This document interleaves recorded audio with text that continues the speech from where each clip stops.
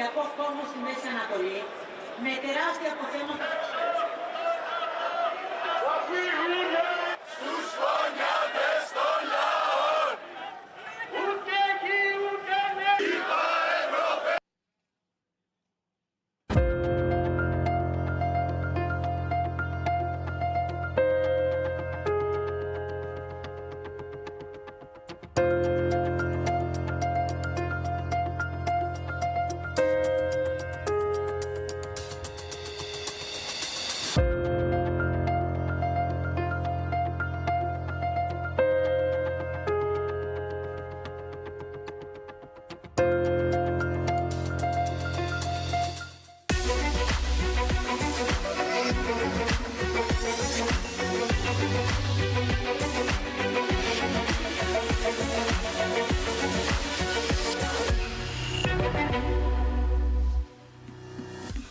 Good morning. It is Wednesday, the 25th of June. It's a fast-moving morning with multiple developments, and I'm Maeve McMahon, and you're watching Europe Today. That's Euronews' morning show that zooms in on the 76th NATO Summit, gathering 32 NATO heads of state, plus President Zelensky of Ukraine, today in The Hague. Now, all eyes were on the US President Donald Trump, who arrived last night, initially with a pep in his step, telling reporters aboard Air Force One that he was committed to his, quote, European friends. But the ongoing escalation in the Middle East and the fragile ceasefire announced yesterday are overshadowing these talks. Here's President Trump not mincing his words. I'm not happy with Israel. You know, when I say, OK, now you have 12 hours, you don't go out in the first hour and just drop everything you have on them. So I'm not happy with them. We basically have two countries that have been fighting so long and so hard that they don't know what the fuck they're doing. Do you understand that? President Donald Trump, they're livid that what he had coined the 12-day war is not over in the, quote, spectacular way that he had hoped. Souring his mood is also the news from the Pentagon that the US strikes last weekend did not completely destroy Iran's nuclear sites. This could also impact Russia's ongoing war on Ukraine, as neither wars have a realistic US focus. Now, here at Euronews, our journalists are following all developments, trying to keep up with the fast-paced news. Shortly, we'll be heading over to The Hague for an update. But first, let's just check in with Euronews' Mairead Gwynne-Jones in our newsroom to hear the main headlines of the morning. Good morning from the Euronews newsroom, Maeve. And overnight, those reports reaching us of that leaked US intelligence assessment saying that the US's strikes on Iran's nuclear facilities over the weekend did not destroy the Iranian nuclear program, and perhaps wasn't the spectacular success that Trump and also Israeli Prime Minister Benjamin Netanyahu have claimed them to be. So that's certainly casting doubts over the Trump statement that the nuclear program has been obliterated. Also, our teams here following developments from the Middle East overnight, and no reported military action between Iran and Israel. That's for the first time since this conflict broke out 12 days ago, Maeve, suggesting that that ceasefire that was so fragile yesterday is now holding. Some slightly good news there. Let's see if it does indeed hold. Mairead Gwynne-Jones, thank you so much for that live update. And now, let's go straight to The Hague, where the action is today, and speak to Euronews correspondent Shona Murray, who's covering the summit for us. Good morning, Shona. Good to have you with us. Just first, bring us up to speed. There was the big dinner last night. What's being said on the record and, of course, off? Well, good morning, Maeve. Indeed, Donald Trump did attend that dinner at the palace hosted by the King and Queen of the Netherlands, alongside all 32 NATO allies, including President Zelensky. Now, the Dutch Foreign Affairs Minister told me yesterday it was really at the Dutch behest that President Zelensky would be invited to that dinner last night. And, of course, Donald Trump attending, because even up until a few hours before he left Washington yesterday, there was questions over whether Donald Trump would arrive here at The Hague, particularly given what was happening between Iran and in Israel. But one thing that may have cast a pall over discussions, or at least the mood last night, was one thing he said on Air Force One. He said he was sort of not exactly committed to Article 5 of NATO. Well, he's cast out at least. He said he'd explain exactly what that means when he gets here. But indeed, that is the backbone of NATO. Article 5 is an attack on one is an attack on all. So we'll hear probably a lot more about that this afternoon. Maeve? And this summit, Shona, seems to have been created to satisfy Donald Trump. Is that the case? Maeve, I can say that I think NATO is really bending over backwards to support Donald Trump and to ensure that his interests are very clear when it comes to NATO, where America's first interests are part of the NATO alliance. If you look at this summit, it's shorter. If you look at the meeting today between all NATO allies, it's around 2.5 hours long. The statement afterwards will be 5 paragraphs long. Normally these run into several pages. And key thing, Maeve, is that the main narrow focus of this summit is Donald Trump's demand that NATO allies commit to 5% spending on defence, something that was probably something they would never even consider years ago, given that 2% is the limit at the moment. Maeve? Indeed. And meanwhile, grabbing a lot of headlines there, that private text message that President Trump leaked. Tell us more about that and reactions to it. That's right.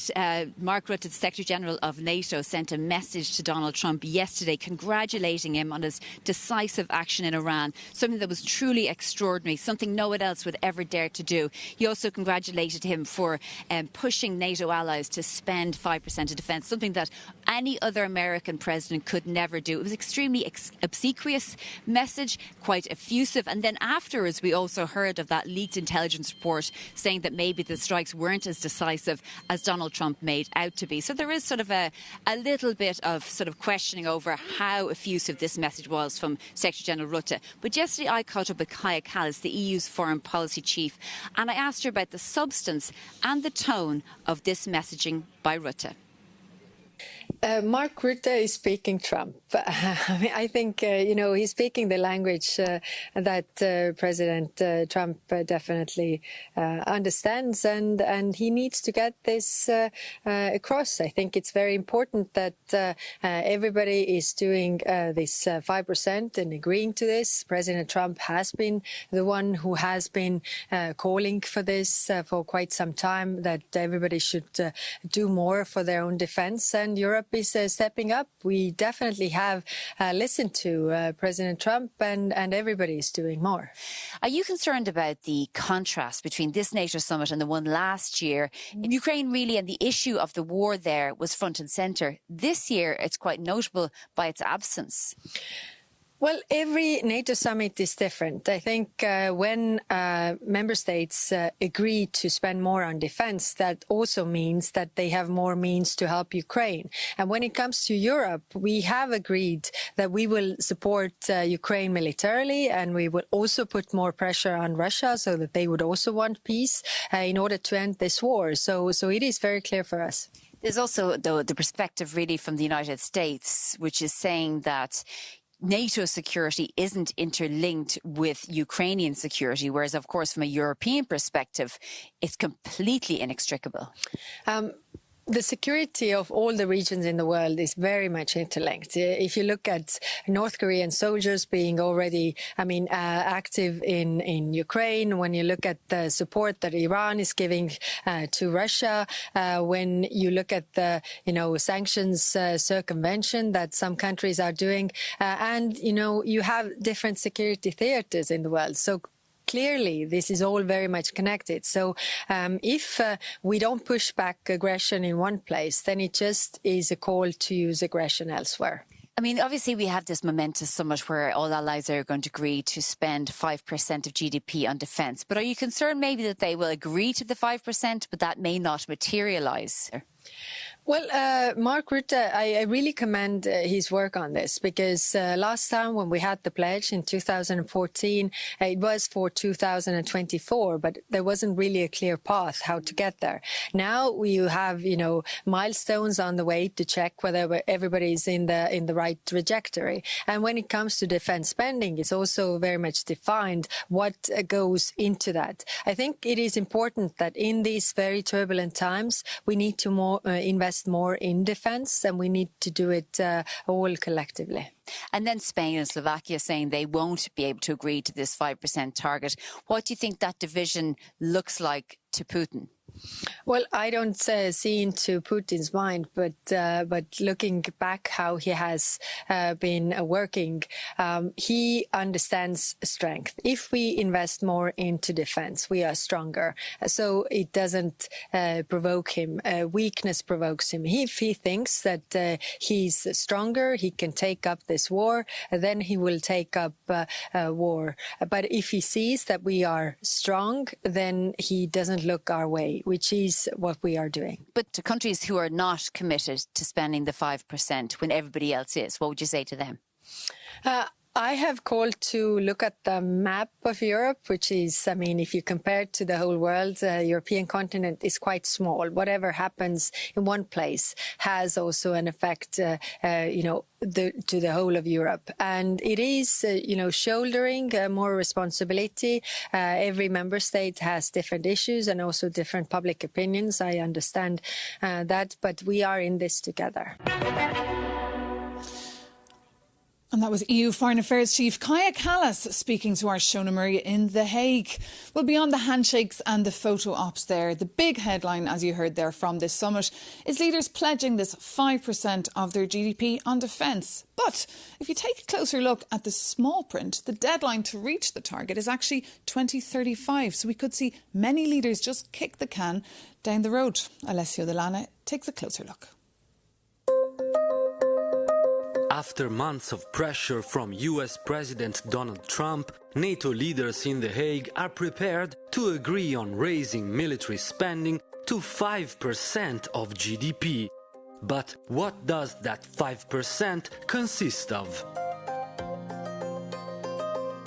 The biggest chunk, 3.5%, would be devoted to military hardware, tanks, jets, drones, soldiers, plus tons of new artillery ammunition. What about the remaining 1.5%? NATO calls it defense and security-related investments. In other words, civilian and IT infrastructure designed to enhance and support military operations. For example, bridges, roads, ports, as well as cybersecurity and energy pipeline protection. However, experts, including the Bertelsmann Stiftung Foundation, argue that this part of the budget is vague and open to national interpretations. The devil is indeed in the details. A NATO letter sent to the Spanish Prime Minister on Sunday seems to suggest that the 5% threshold might not be binding. Spain, for example, will have the flexibility to determine its own path for reaching the capability targets set by NATO, with more countries possibly advancing the same requests. How united can the alliance really be in its defense strategy while facing unprecedented threats?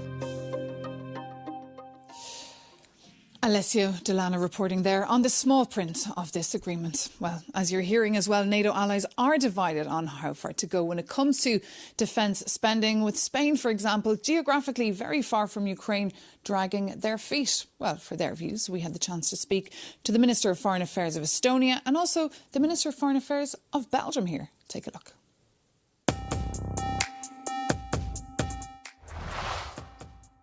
Indeed, Estonia this year is already investing 3.8%. From the next year will increase up to 5.4%. And it is not because of President Trump has put us under pressure, but actually 2 years ago in the summit of the Vilnius, we agreed actually the new regional defense plans. And we need to fulfill these caps as soon as possible. So, but of course, we would have been expecting this kind of decisions already 10 years ago when Russia started aggression against Ukraine. But now I'm pretty happy that we are going to do it anyways. And GDP is an honest figure for everyone. If Estonia, Latvia, Lithuania and Poland can do 5%, then the other countries can do the same. Objectively speaking, given its budgetary situation, Belgium does not currently have the leisure to be able to reach 3.5% of pure military investments. let alone 5% overall, in a short or medium term. But we want to remain a reliable partner. We know that the very founding principle of the alliance is solidarity. And so, after having been a bad student in the class for a long time, we want to say Belgium is back with an investment effort that will actually increase, but at a pace that will have to remain sustainable for our finances, otherwise at the risk of having a major break in social cohesion, which would not be good for anyone. It would be to make way for extremist formations, as we see elsewhere in Europe, and so we will be meeting again, but using flexibility mechanisms that we want to advocate for as much as possible so that the effort is sustainable. And for more in-depth news on that story and the Hague Summit taking place today, do keep an eye on euronews.com and our live blogs. And join us again tomorrow. We'll be back here live, bringing you up to speed on the much-anticipated EU Summit here in Brussels. Thanks for watching. See you soon on Euronews.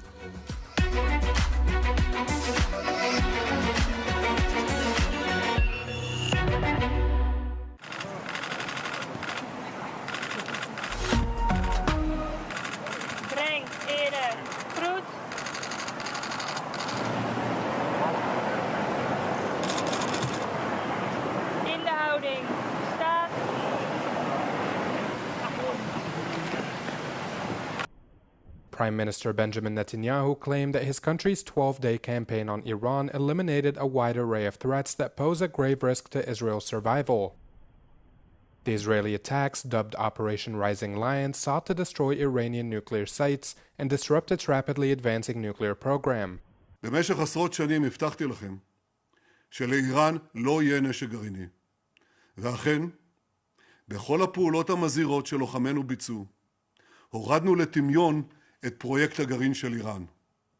ואם מישהו באיראן ינסה לשקם את הפרויקט הזה, נפעל באותה נחישות, באותה עוצמה, לגדוע כל ניסיון כזה. אני שב ואומר, לאיראן לא יהיה נשק גרעיני. Trump aboard Air Force One en route to the NATO Summit in The Hague also echoed a similar sentiment. The U.S. president noted that the ceasefire remained solid as he resolutely ruled out any chance of Tehran possessing nuclear warheads. They're not going to have enrichment and they're not going to have a nuclear weapon, and they know that. They're going to get on to being a great trading nation. They're not very good traders. And they're going to be a great trading nation, and they have a lot of oil. They're going to do well. They're not going to have a nuclear weapon. So the last thing on Iran's mind right now is nuclear weapons. A U.S. intelligence report released on Tuesday, however, suggested that U.S. strikes on Iran only set back its program by a few short months. A report released by the U.S. Defense Intelligence Agency, the Pentagon's intelligence arm, detailed that most of the damage dealt to Iranian nuclear sites was limited to above-ground structures. The report also asserted that Iran's centrifuges, used to enrich uranium, appear to be largely intact. It's a stark contrast from Trump's Saturday night remarks where he stated that Washington had completely obliterated Iran's nuclear program. The White House slammed the report as a, quote, clear attempt to demean Trump. White House Press Secretary Caroline Leavitt called the report flat out wrong, adding that everyone knows what happens when you drop 14 30,000-pound bombs. 102 French citizens were evacuated from Israel on Tuesday aboard a French military aircraft. The passengers arrived in the Cypriot city of Larnaca, where they're spending the night before being flown out to the French capital, Paris, on Wednesday. Some of the passengers had been stranded in Israel for more than 2 weeks after the Israel-Iran war unexpectedly broke out. The French ambassador to Cyprus added that more French evacuees are set to arrive in Cyprus on Wednesday. Meanwhile, Indonesia says it has successfully evacuated 96 of its nationals from Iran. The foreign ministry says 93 civilians and 3 embassy staff left the country through land routes via Azerbaijan. 11 Indonesians arrived in the capital Jakarta on a Turkish Airlines flight on Tuesday night. 29 others are expected to arrive on Wednesday aboard 3 flights from Azerbaijan. Jakarta says 386 Indonesian citizens reside in Iran, many of them students, and all of whom it plans to evacuate in the coming days. Evacuations from Iran became increasingly challenging after multiple planned flights were cancelled following the closure of Qatari airspace. At least 25 people were killed after Israeli troops fired at a crowd of Palestinians waiting for aid trucks in central Gaza on Tuesday. The United Nations Rights Office has criticized the Israeli army and said the weaponization of food in the Strip constitutes a war crime. The head of the UN Agency for Palestinian Refugees, UNRWA, also spoke out on Tuesday. They called the aid mechanism a death trap. The newly created so-called aid mechanism is an abomination that humiliates and degrades desperate people. It is a death trap costing more lives than it saves. Humanitarian principles need to be reinstated. At least 410 people have been killed at aid distribution sites since the US-backed Gaza Humanitarian Foundation started operating at the end of May. That is according to a report by the United Nations Rights Office. Israeli forces have repeatedly been accused of opening fire at crowds in desperate need of food. Israel's military claims it fired warning shots at people who they consider to have approached its forces in a, quote, suspicious manner. The UN Rights Office called for an urgent and impartial investigation into each of the killings and urged Israel to allow the entry of food and aid into the Strip. U.S. President Donald Trump arrived at the Royal Palace in The Hague, where he will be staying for the NATO Summit. He was warmly welcomed by the Netherlands' King Willem-Alexander and Queen Maxima as they convened with other NATO leaders for a dinner.